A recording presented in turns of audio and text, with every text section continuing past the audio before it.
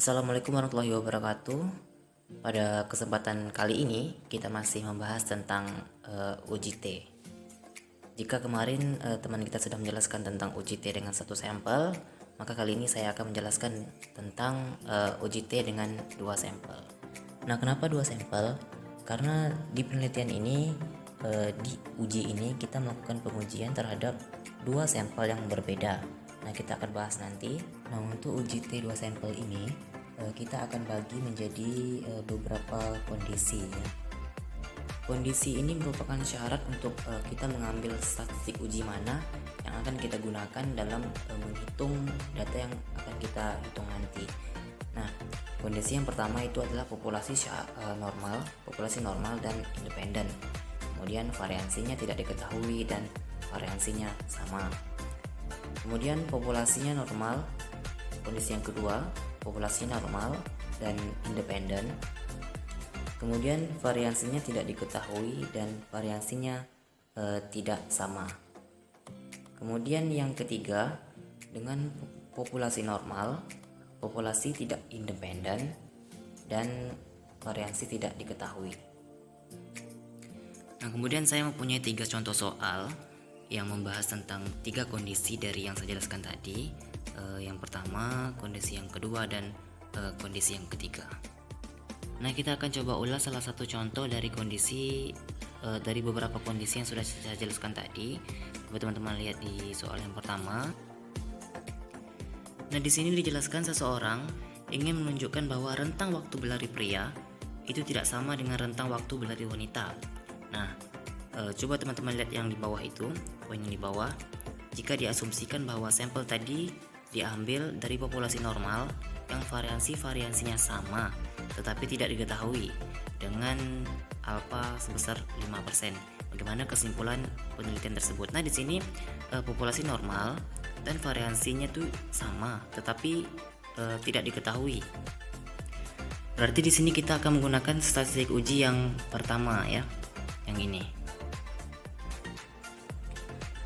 Nah, untuk menyelesaikan kasus tersebut, pertama-tama kita harus menentukan hipotesisnya. Sebelum kita menentukan hipotesisnya, kita tentukan dulu mu1 dan mu2-nya. Di sini saya membuat mu1 sebagai rentang waktu berlari wanita dan mu2 sebagai rentang waktu berlari pria. Kemudian di soal pertama itu dijelaskan bahwa seseorang ingin menunjukkan bahwa rentang waktu berlari pria tidak sama dengan rentang waktu berlari wanita. Nah, dari itu kita di sini saya buat hipotesis pertamanya, H1-nya adalah mu1 tidak sama dengan mu2, atau rentang waktu berlari wanita tidak sama dengan pria, dan H0-nya mu1 sama dengan mu2, atau rentang waktu berlari wanita sama dengan pria. Nah, kemudian di soal kita juga sudah mengetahui bahwa alfanya sebesar 5%. Kita desimalkan menjadi 0,05. Kemudian langkah selanjutnya kita harus menentukan statistik uji. Nah, karena di soal sudah dijelaskan tadi bahwa dari populasi normal yang variansinya sama tetapi tidak diketahui. Nah, dari sini bisa kita ambil statistik ujinya dengan statistik uji yang model pertama. Bisa teman-teman lihat seperti ini. Nah, langkah selanjutnya adalah kita akan menghitung data-data yang kita ambil dari soal, yang kita sudah ketahui dari soal sebagai berikut ya. Langkah pertama saya input dulu data data berlari wanita ke dalam tabel seperti ini dengan kode X1 untuk wanita dan X2 untuk pria. Nah, di sini X1 ini berisikan 7 data yang sudah kita ketahui dari soal. Kemudian X1 kuadrat ini adalah bentuk dari X1 yang dikuadratkan. Kemudian di sini di bawahnya ada sigma X1, yaitu jumlah dari seluruh data kita jumlahkan. Kemudian sigma X1 kuadrat juga demikian. Hal yang sama kita lakukan juga kepada data pria ya.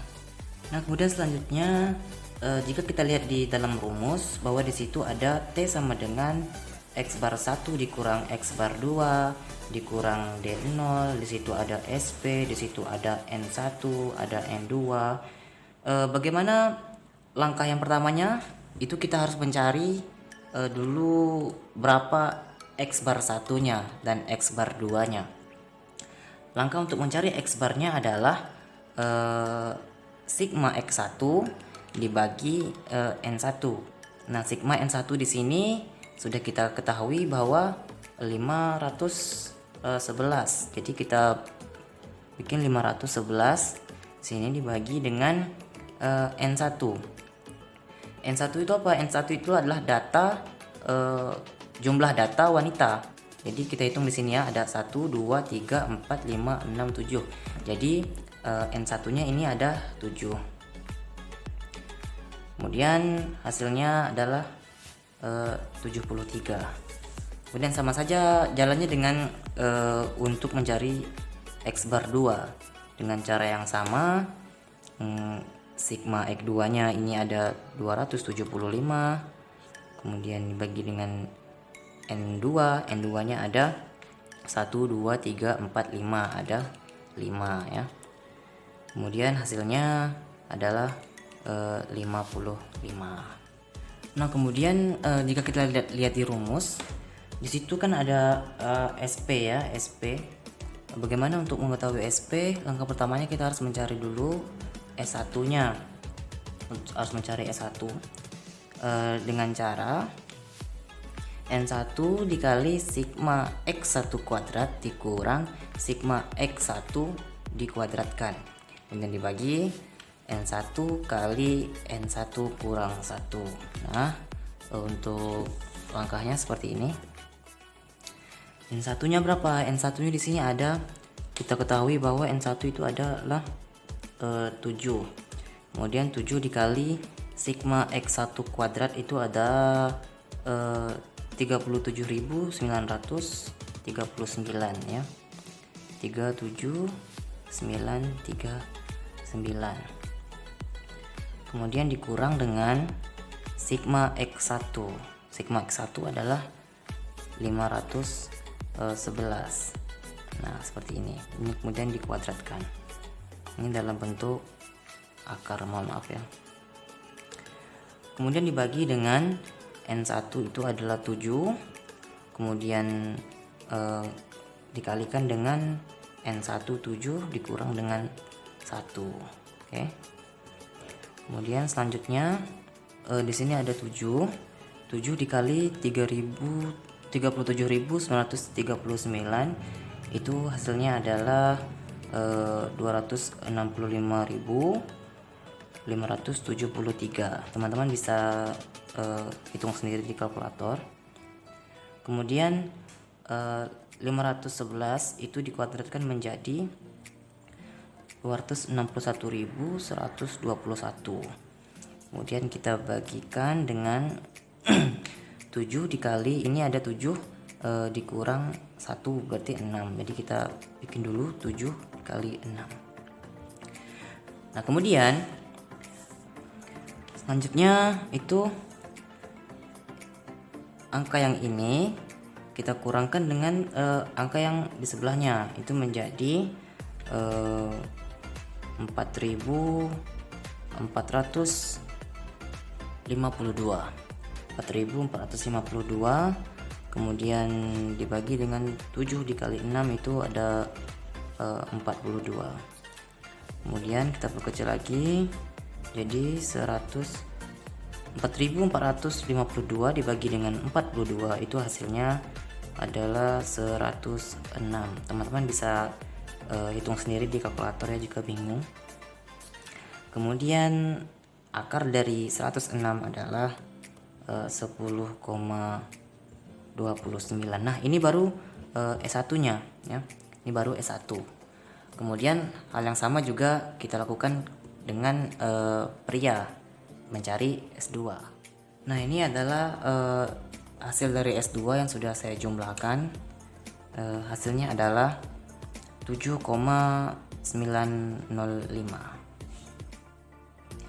Nah, langkah selanjutnya adalah kita harus mencari SP2 ya.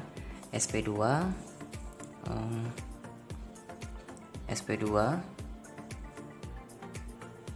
mohon maaf, SP kuadrat maksud saya. SP kuadrat sama dengan dalam kurung N1 dikurang 1 kemudian dikali S1 kuadrat kemudian ditambah dengan N2 dikurang 1 S2 kuadrat. Oke, kita masukkan saja yang sudah kita ketahui tadi bahwa N1 itu adalah 7 dikurang 1, kemudian S1 kuadratnya itu ada, mohon maaf, di sini masih ada kelanjutan tadi, saya lupa. Setelah itu kita bagi dengan N1 ditambah dengan N2 kemudian dikurang 2. Nah, ini adalah rumus untuk mencari SP2. Kemudian kita masukkan yang sudah kita ketahui tadi, N1 7 dikurang 1 kemudian dikalikan dengan S1 kuadrat itu adalah 10,29 S1, kemudian kuadrat kita kuadratkan di sini, kemudian ditambah dengan N2 itu tadi kita ketahui ada 5, kemudian dikurangkan dengan 1, kemudian dikalikan dengan S2 tadi kita dapat hasilnya 7,905, kemudian kita kuadratkan ya. Setelah itu kita bagi dengan N1 itu tadi 7, kemudian ditambah dengan N2 5, kemudian dikurang 2. Selanjutnya kita selesaikan satu persatu. 7 kurang 1 sama dengan 6, kemudian dikali dengan 10,29 dikuadratkan menjadi 105,8841. Nah, kemudian ditambah dengan 5 kurang 1 tadi ada 4, kemudian 7,905 itu dikuadratkan menjadi 62,489. Kemudian dibagi dengan 7 ditambah 5 kemudian dikurang 2 itu hasilnya 10. 6 dikali 105,8841 itu hasilnya adalah 635,3046 ditambah 4 kali 62,489 hasilnya adalah 249,956, masih dibagi dengan 10. Kemudian setelah ini kita jumlahkan 635 dengan 249 ini kita jumlahkan, maka dapat hasilnya 885,2606 kemudian dibagi dengan 10. Nah, selanjutnya kita bagikan 885,2606 ini dengan 10. Teman-teman bisa menghitungnya sendiri di kalkulator. Itu hasilnya adalah 88,52606. Nah, ini baru SP2 ya, SP kuadrat maksud saya. Karena ini adalah SP kuadrat, maka langkah selanjutnya untuk menentukan SP adalah kita buat dulu akar 88,52606. Maka hasilnya SP sama dengan akar 88, sekian hasilnya adalah 9,4 Ini adalah hasil dari SP. Nah, setelah kita mengetahui bahwa X bar 1-nya berapa, X bar 2-nya berapa, SP-nya berapa, SP kuadrat berapa, barulah kita bisa memasuki ke rumus yang intinya, yaitu mencari T hitungnya. Nah, ini adalah rumus dari T hitung untuk mencari T. Sudah saya masukin di sini, yaitu T sama dengan dalam kurung X bar 1 dikurang X bar 2 dikurang D0 dibagi dengan SP dikali akar 1 per N1 ditambah dengan 1 per N2. Kita masukkan data yang sudah kita ketahui tadi bahwa X bar adalah X bar 1 adalah 73 dikurang dengan X bar 2 yaitu 55, kemudian dikurang dengan D0. D0 sini kita asumsi sebagai 0 saja karena selisih antara μ1 dan μ2 itu tidak dibicarakan di soal, maka D0 nya kita asumsikan sebagai 0 ya. Kemudian itu dibagikan dengan SP tadi sudah kita ketahui bahwa SP adalah 9,4088, kemudian akar 1 per N1 7 ditambah 1 per N2 5. Kemudian selanjutnya 73 kurang 55 itu adalah 18, kemudian dibagi dengan 4088. Ini kan 1 per 7 ditambah dengan 1 per 5. Jika kita samakan penyebutnya atau kita jadikan per 35, satunya itu jadi 5 dan jadi 7 ya. Kemudian selanjutnya 18 masih sama 9,4088, akar 5 ditambah 7 itu 12 per 35. Nah, mohon maaf.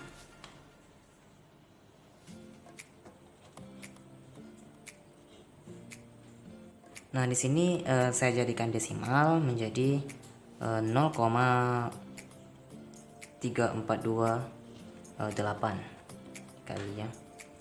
Kemudian sama dengan 18 bagi dengan 9,4088 dikali dengan, kita cari akarnya, hasilnya adalah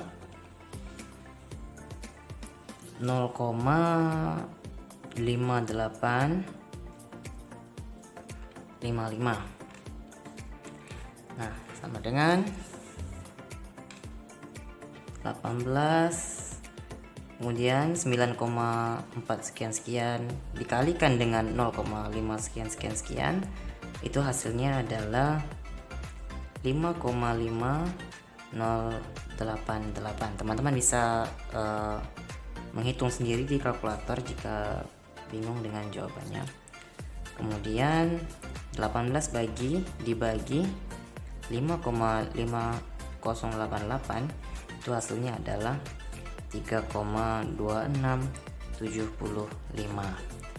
Nah, di sini sudah kita temukan hasil dari T hitungnya berapa, yaitu 3,2675. Nah, setelah kita mengetahui hasil dari T hitungnya, kemudian langkah selanjutnya adalah kita menentukan daerah kritisnya. Langkah selanjutnya adalah menentukan daerah kritis ya.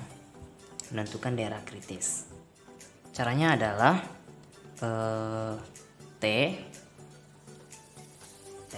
kemudian alfa dibagi 2. Kenapa alfa dibagi 2? Karena di sini tutel.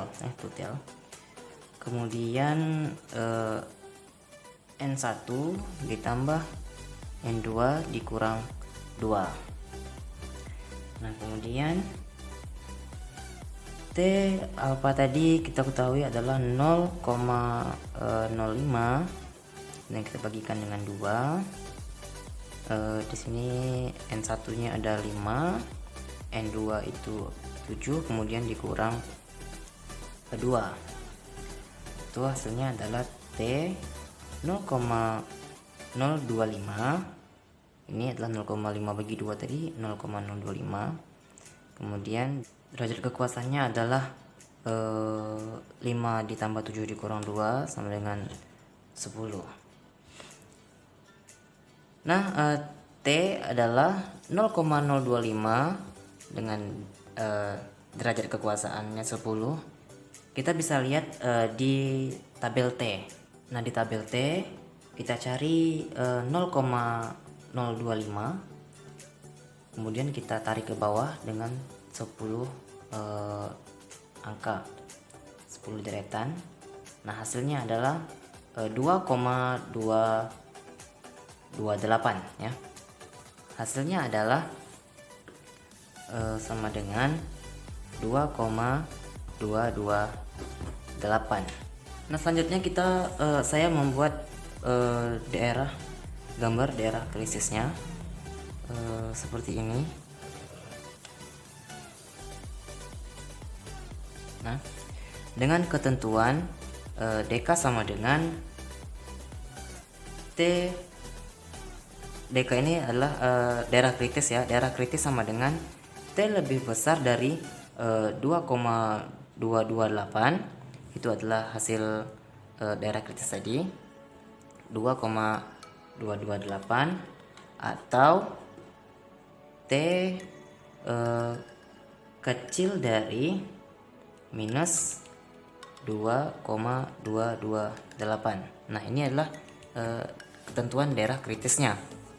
Jadi karena kita menggunakan tutel, maka kita bikin 2 arsir di sini. Yang diarsir ini adalah daerah kritis yang mana adalah daerah penolakan H0.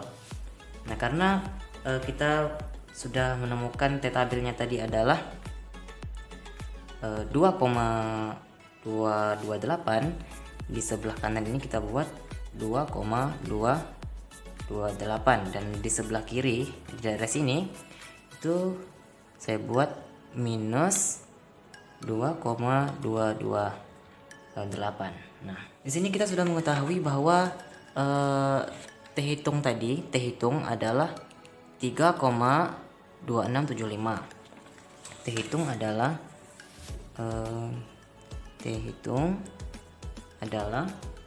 3,2675. Kita lihat T hitung ini apakah lebih besar dari T tabel atau kurang dari minus 2,28 tadi. Nah, kita bisa lihat di sini apakah T hitung ini akan masuk ke dalam daerah yang diarsir atau daerah penolakan H0 atau tidak. Nah, kita lihat di sini bahwa T hitung adalah 3,2675, dan di sini di batas arsir ini ada 2,28. Jadi otomatis T hitung ini adalah lebih besar dari 2,228 atau T tabel. Berarti mungkin posisinya ada di daerah sini. Posisinya ada di daerah sini atau di daerah yang diarsir. Merupakan daerah penolakan H0. Nah, jadi langkah selanjutnya adalah keputusan uji. Langkah selanjutnya adalah keputusan uji. Nah, jadi T hitung ini berada di dalam daerah arsir atau daerah penolakan H0. Berarti keputusan ujinya adalah H0 ditolak. Nah, hak 0 ditolak. Kemudian selanjutnya kita adalah menyimpulkan bahwa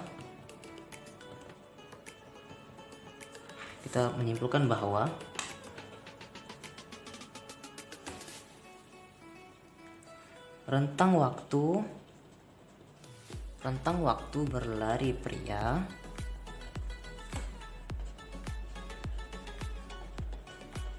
tidak sama dengan wanita. Jadi otomatis H1 diterima. Nah, jadi keputusannya adalah H0 ditolak dan H1 itu diterima. Itulah tadi penjelasan dari saya. Jika terdapat kesalahan, saya mohon maaf ya. Maklum, saya juga dalam proses belajar. Jika ada teman-teman yang kurang paham dengan penjelasan saya tadi, silakan kita berdiskusi seperti biasanya supaya kita bisa sama-sama mengerti dengan materi tentang UJT ini. Sekian dari saya ucapkan terima kasih.